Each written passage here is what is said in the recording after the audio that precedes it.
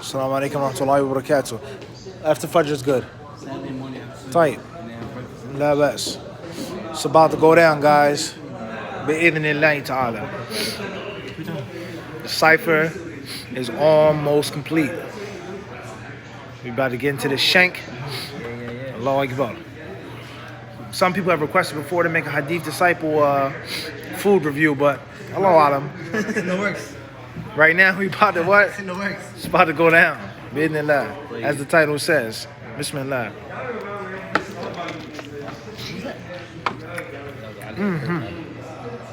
No doubt about it.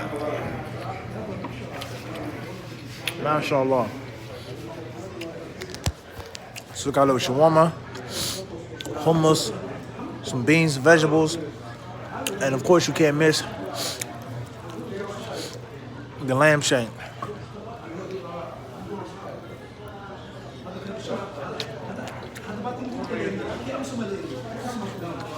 Take some dishes. Allah Akbar. It's official.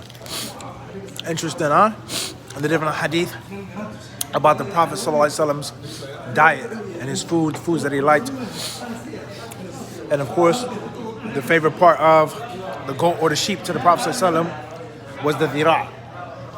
And the dhira' in the human obviously is the forearm. And in the goat or the sheep it would be the shank or the leg. As you know, obviously, give or take, shank, leg, you get the point. Now, me personally, I enjoy the lamb shank a lot, wallahi. It's not my favorite part of the lamb. My favorite part is the chops or the ribs, or the rack. But one thing I like about lamb shank or goat shank, bismillah, is that I love when it's super tender and it comes right off the bone. And of course, it's like a drumstick. You can grab the whole thing and just bismillah, you know? So, for those who can't eat this right now, I'm trying to keep eating du'as, inshallah. Right now, it's about to go down. It's going down. Alhamdulillah. You got a spoon? Yeah, that's cool. Perfect. Man, khalas. You ain't gotta get up. Can I steal yours?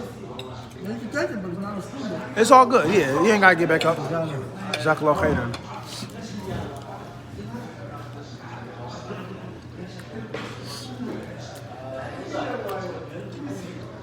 That's where it's at. This is where it's at. Late night. HD, after hours. Shout out to my man Hishan in Toronto. And the rest of the crew as well. Shemli, Ozzy, whole squad, you know who you are. But specific to Hishan, he came up with the term HD after hours.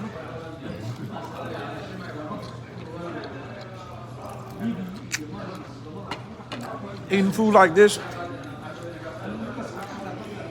of course, it's bitter and sweet.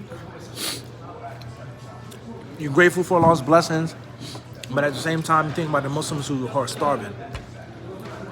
And you also think about Allah asking us on the Day of Judgment. You'll be asked about the pleasures on that day. And do we realize that when you go to a restaurant and you pick which meat you want, rice, noodles, vegan, vegetarian, you have the ability to pick whatever hot meal you want prepared for you. Back in the day, a plate like this may have been prepared for a king or a prince, somebody royal, a bureaucrat, an aristocrat. The peasant people, they only ate like this on a feast. Wedding, you know, something like this, you know, whatever holiday, Muslim or non-Muslim. People who worked in the farms, people who, you know, were, an average person. And to have a lamb shank, to have food, to have meat, to have a spread of drinks, and it wasn't accessible to everybody. And even to this day, it's not. When I was in Yemen, I met many brothers and sisters. Most that I met, they said they only ate meat twice a year. Eid Adha, Eid Fitr. Best. Other than that, it's, you know, rice, bread, mulukhiyah, bathe, eggs at best. You understand? And we in America, we're picky. I want steak today. I had steak yesterday. I want T-bone. I want ribeye, or I want goat. I want lamb. I want chicken. I want super sport, or whatever it is. You Yani. But at the same time, we are grateful for Allah's blessings. Let's not forget that. There's a brother that was saying that we live like kings. Now, we're having an argument. We're saying, no, the kings live better than us. But he was saying, I have a better horse, which is a car, that drives faster, gets faster. I have the ability to eat a feast at any moment. Parallels, similarities. Not 100%, but similarities.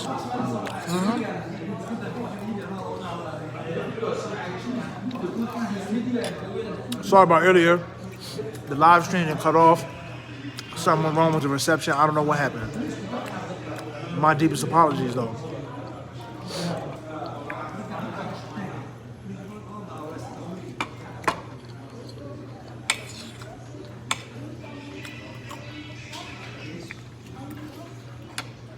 Alhamdulillah. No doubt. It's definitely a Somali restaurant. You already know. Alhamdulillah. They got Somali restaurants in New York? I haven't seen one. You think there's a need for it? I haven't seen one in New York. I haven't seen one in Philly. I haven't seen one in the tri-state. New Jersey, I've never seen one. Gotta get it in the works. We gotta get in the works. Move to Definitely. sponsor restaurant. Why not? Collaborate. That's right. Somali Disciple restaurant. Food is delicious, Johnny. Without buttering nobody up. That's a fact.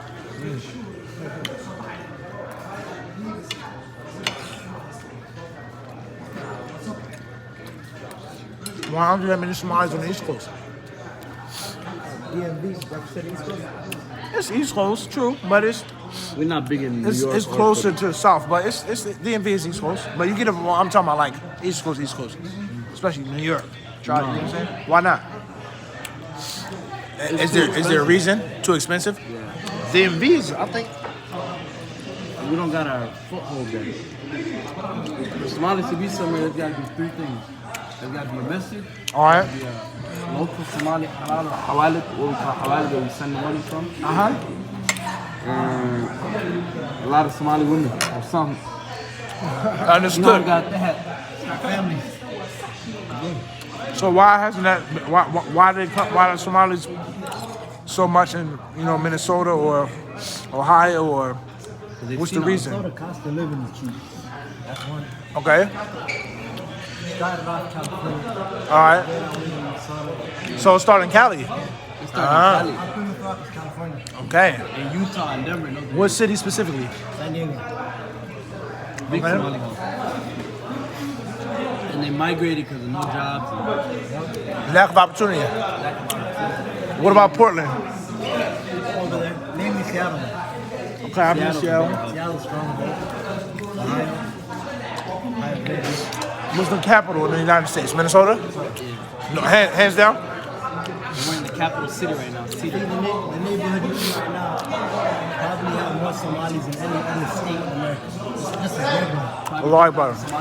Just the neighborhood, not the city, the neighborhood, the block. You walk down the block right now. 3 messages, 5, 6 Somalis. And what block is this? Or what neighborhood? Cedar.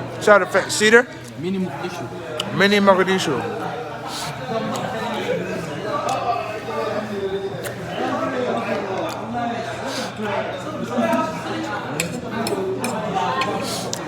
May Allah make it easy.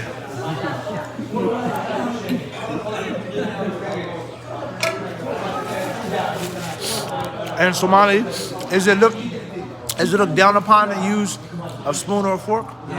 Looked down upon, Or the inseparable. like how we doing now. Every dish to wash your hands. Okay, No silver. so that's something that was like adopted. American. Like we were back home right now. They give us a big plate. One big dish. One big dish. Most Somali restaurants that I've been to is like that. So, silverware is looked down upon. Separate plates is looked down upon. What else? Two different people paying. Can't split the bill. No spoon. The bill can't be split. Ah, it's a must. If it ain't gonna be one man taking up the tab, you can't eat together. Allahu Akbar. Wow. Okay. All right. What else? Eating fast. You got a conversation. What's wrong with you? Hungry? You gotta take your time. Talking is okay. A lot. You gotta talk a lot. You have to talk. So eating is used as a tool of bonding. So let me ask you another question. Is it okay in Somali culture to eat and to discuss business? That's fine. That's normal. These deals, a lot of them happen over the plate. Over the plate. Okay. There's some cultures that look down upon that. Yeah. Not Somali. Okay, got you. And if it's not over food, it's gonna be over chef. What? Some type of Gotta be over something. something that you're consuming. Yeah. I Got don't you. like really professional settings like that. Like you tell somebody that got a business idea, they'll tell you, meet me at this restaurant. Even another thing, a real true Somali culture, it kind of changed right now, but Somali don't eat at expensive restaurants. Like, even the richest of us. That's looked down upon. You won't go to a high end, you know what I mean? It's $100 not like a plate. high-end Somali restaurant. There's no high end, yeah. That's what I'm saying. It's like bougie. Somali, there's no bougie restaurant. Aib. Prices are all around the same. No tribe. So the eating is supposed to be simple. The richest man will spend like $100 on a plate. Something that might be normal Western. That's You know, when you go out, you have special day or whatever. got it. That will never happen. So what about extravagant? Somebody like going totally out. That's totally shamed. Even somebody rich. That's interesting. That's back, not now. Now we go. We're American, but it's different.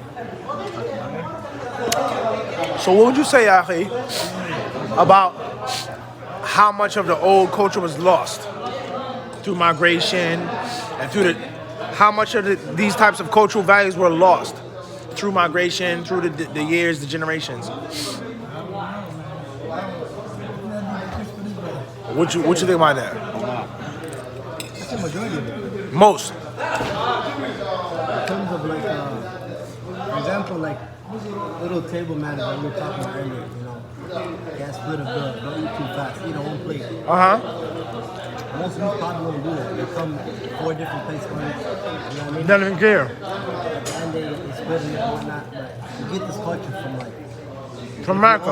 Oh, what? Got you. the Somali culture I get from the old heads, you know? Yeah. It has to be preserved and passed down. Compliments, like youth. It hasn't been really passed down because Yeah, they really the pass. old heads been working hard and they haven't put an emphasis on passing down the You're only gonna know all of this if you take time to then you sit with the culture, conversate with them, and you learn that and then they take care of themselves. Another Or you went back home and for some time and you learn it. Got you. They do a lot of old heads. They say we're eating, you see you walk in, he says fuck them, like come sit down. Invite you to eat. Yeah, but you're not supposed to take the invitation. Okay. It's Take it, you're dumb, retarded. It's like a formality. Yeah, it's like a gesture, and you're not supposed to take it. It's not to be taken literal. Yeah, it's not supposed to be taken like really serious. Understood. But it's like I recognize you, I accept you. Right. Go get your own plate too. Understood. What else is considered to be disrespectful or rude? You gotta take invitations given. That's Islam. You know, accept the invitation. There's no choice. Even if you're full and the food, You gotta. You have touch to. it. Take something. And if you ever go to a Somali house to eat and you're invited, it's gonna be, if it's 2 of y'all, it's gonna be enough food for like 6 of y'all. So can it be just enough food? Let alone a little bit. It gotta be. Or else you embarrass yourself. You gotta have extra. Like more than extra, right? Understood. Understood. A lot of the culture has been lost because since the war and all that, it's been like perceived that Somali culture is bad. Look down upon. Yeah, because you know how we fought over tribalism and all that. Okay. They gotta understand it's a certain thing that was bad. The whole Not everything. we migrated. But a lot of things we just spoke about, like Islamic culture. Of course. That's a lot of the Somali culture. They don't get it. That is based off of something. That's from the Sunnah. I understand. And this culture is based off of